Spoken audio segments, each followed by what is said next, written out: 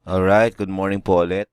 Dito po tayo ngayon sa aking dashboard sa Office, personal office ko.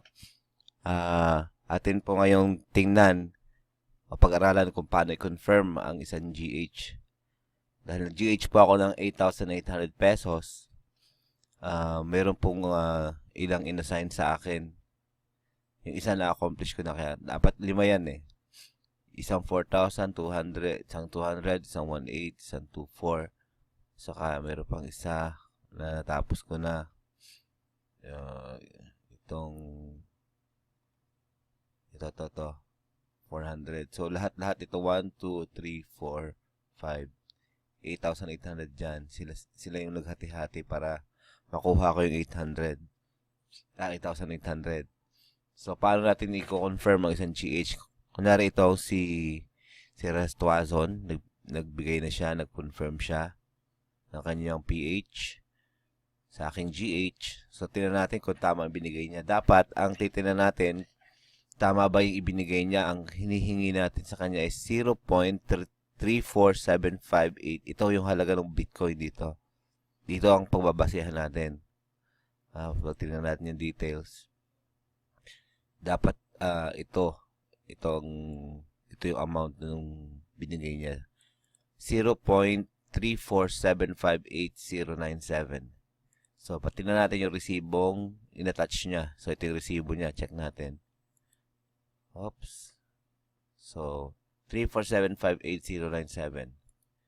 34758,097. So, tama ano po? Tama. So, tingnan natin yung ating wallet kung tama na binigay niya sa atin. Kung talagang binigay niya sa atin. Kasi ang binigay niya ditong, ito isa resibo ito ng coins.ph.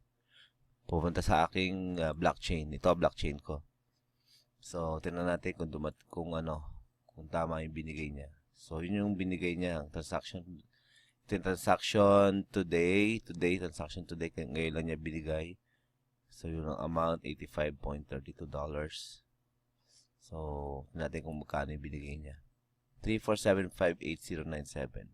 So, tama po pumunta ka sa wallet mo at nakita mo tama yung binigay niyang amount sa Bitcoin dun sa naka-assign sa kanyang Bitcoin kung ilan. I-confirm mo na yan. Tama yan. Tama rin yung resibo niya. Okay? Basta't laging isakto. Tama yung yung dito tayo babase sa Bitcoin. Pag tama dyan, tama sa resibo niya. At tama din dun sa dumating na pera na Bitcoin sa ating wallet. Tama rin. Ibig sabihin, tama yung kanyang pag-send. Saka hindi siya nag-double spend. Saka isang beses lang siya nag-send. Okay, tingnan natin. I-confirm na natin. Punta tayo dito sa details. Tapos baba natin ito. Dito. Pili natin ito confirm fund reception. Nasa okay. Then, ayun. Confirm na siya. Na-checkan na natin. Okay. Nakadalawa na ako. So, ilan na lang kailangan? Kailangan 1, 2, 3. Tatlo na lang tong hindi pa nagko-confirm. Sige. Tapos na natin kung pag natin i-hide yung mga tapos na. Ito na lang. Tatlo na lang. Hintayin natin sila. May 24 hours pa sila para accomplish na kanilang PH. Okay, yan lang po. Until next time, I'm so happy kasi meron na ako ulit natanggap na 4,000 pesos sa aking GH.